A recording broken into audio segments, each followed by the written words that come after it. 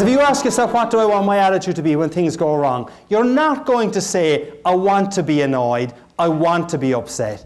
When you ask yourself the question, what do I want my attitude to be? You're more likely to say, I don't want to be angry, I don't want to be annoyed about this. And having answered that way, you will make some effort not to be angry and not to be frustrated. And I'll give you an example where it helped me a couple of years ago.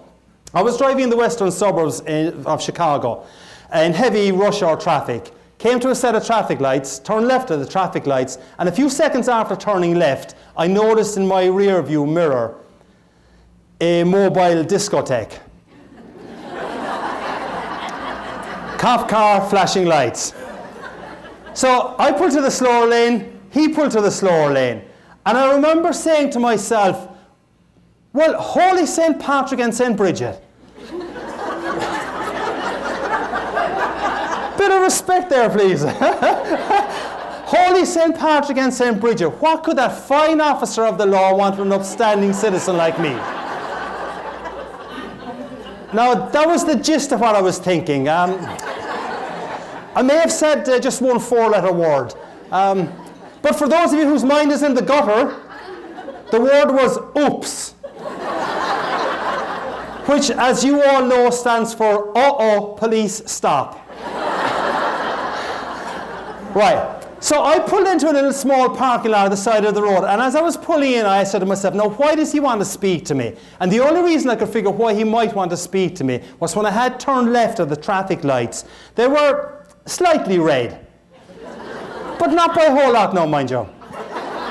So he is there on his computer checking me to see if, in my case, I'm a member of the Irish Republican Army, or even worse, a Cubs fan. Go White Sox! I have to tell you, depending on who I'm speaking to, I obviously try and put in a kind of an answer to that gets a reaction. But when I was speaking up near the Green Bay area a couple of years ago, I made the comment that the cop was checking to see if I was a member of the Irish Republican Army, or worse, a Packers fan. I didn't think I would get out of that room alive.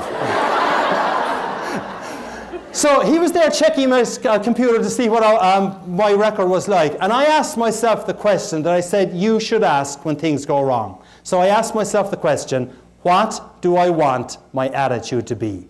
And I said there's no point in being antsy and annoyed about this. He probably doesn't understand the concept of slightly red lights. So in my side mirror, I see him walking up towards me. And this being Chicagoland area, I prayed that he had an Irish name. I prayed that he had this vision of Ireland, that the roads are still unpaved, that milk is brought to the creamery via donkey and cart, and that traffic lights, if they exist at all, are, well, basically advisory. I look up. Officer Schmidt, who proceeded to tell me in minute detail what I had done wrong. He asked for my license and he asked for my insurance. Now, none of this is made up, I promise you. I had asked myself the question, what do I want my attitude to be? As he is looking at my license, he says to me, sir, I like your attitude. I'm thinking, woohoo, I'm getting away with this. Then he looks at my insurance and he says, sir, your insurance certificate is out of date. My wife normally looks after that, officer. He smiled. I think he realized he was dealing with one more administratively incompetent husband. Ladies, you know the story, I'm sure. And he just handed back the insurance certificate to me and he said, look, take it easy on that one. Now, I should tell you that this event happened on the 16th of March. Okay? One day before St. Patrick's Day. So the rest of the conversation went as follows. We're having great good fun, and as you will see, it continued that way. So the rest of the conversation went, how much will this cost me, officer? He said, I'll cite you for the red light. I'll leave you go on the insurance. That'll cost you $75, sir. $75? Do you know how many pints of Guinness I can get tomorrow for $75? The guy cracked up laughing. I think he thought I was on crystal meth. And he said to me, sir, if I was to cite you for the red light and the lack of insurance, this would be significantly more expensive. You'd have to go to a traffic court. So I said, thank you, I appreciate the break you're giving me.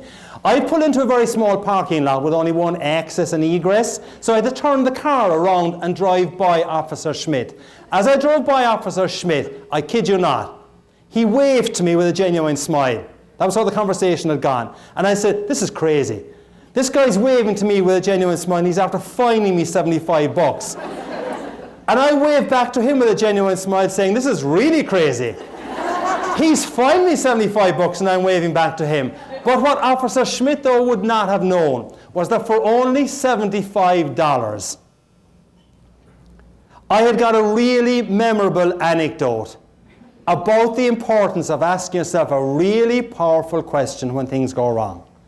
And when things go wrong, and they will for every single person in this room at some stage, the question to ask yourself is, what do I want my attitude to be? It's a powerful question. If you get stuck in a traffic jam on the 88 this afternoon or the 355 or going home and there's nothing you can do about it, ask yourself the question, what do I want my attitude to be? If you've got problems at work next week and something goes wrong, and it will, it's human nature, ask yourself the question, what do I want my attitude to be? If you've got a colleague who's struggling at work next week and you see that they're not in the best of form, if you can ask that person to remember what the Irish guy said last Friday, what do I want my attitude to be? It can make a difference.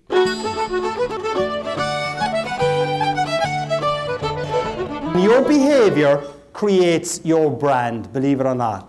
How you behave determines what people say about you. What people say about you is what your brand actually is.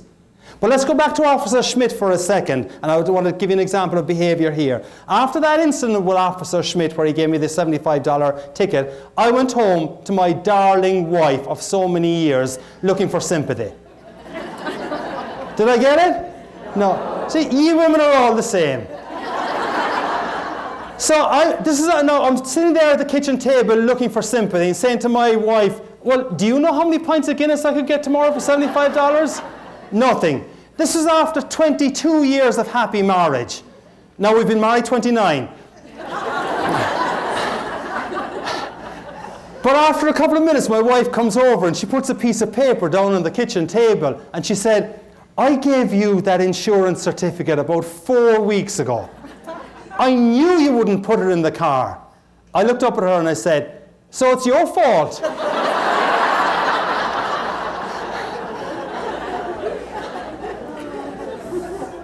When I regained consciousness, the frying pan, as we call it back in Ireland, was in one hand, divorce papers in the other. But she didn't actually go through with the divorce proceedings, though. But to this day, though, and you men in the audience I know will be able to help me on this, I cannot convince my wife that it was her behaviour that was at fault. So if the men in the audience ever meet my darling wife, just kind of try and win my side of the argument for me. But that's obviously a goofball example about behaviour, though. But your behaviour, as part of the gift of gab, goals, attitudes, behaviour, creates your brand. There's one simple little thing that I suggest to people that will help you to create an even better brand experience and brand behaviour for the people that you work with. Each of you, I think, has got a program in front of you. Before you leave today, I'd like you to write down 3 words on that program. And maybe on a piece of paper, roughly the size of a credit card, write the 3 words down. And the 3 words I'd like you to write down that will make a difference to the gift of gab that you bring to other people is, if you were to write down the 3 words that you would like people to say about you after they have dealt with you. Because they're the 3 words that effectively describe your brand. And if you were to write down those 3 words and say, those are the 3 words that I would like people to say about me after they've dealt with me, in whatever area, in that neighbourhood or in my workplace. If you were to tear out that little piece of paper and put it into your credit card wallet or into your purse, so that when you go to the supermarket tomorrow or you go to the gas station and you open your credit card and you see those 3 words, you can ask yourself, hey, have I been faithful to those 3 words today? Will the last person I was speaking to on the phone or the person that's just left my office, will they describe me in those 3 words? It's a simple little practice that can make a big difference to you. Goals, attitudes, behaviour. And if you adopt and adapt goals, attitudes, behavior, it definitely will help to give you a true top of the morning experience and the patience.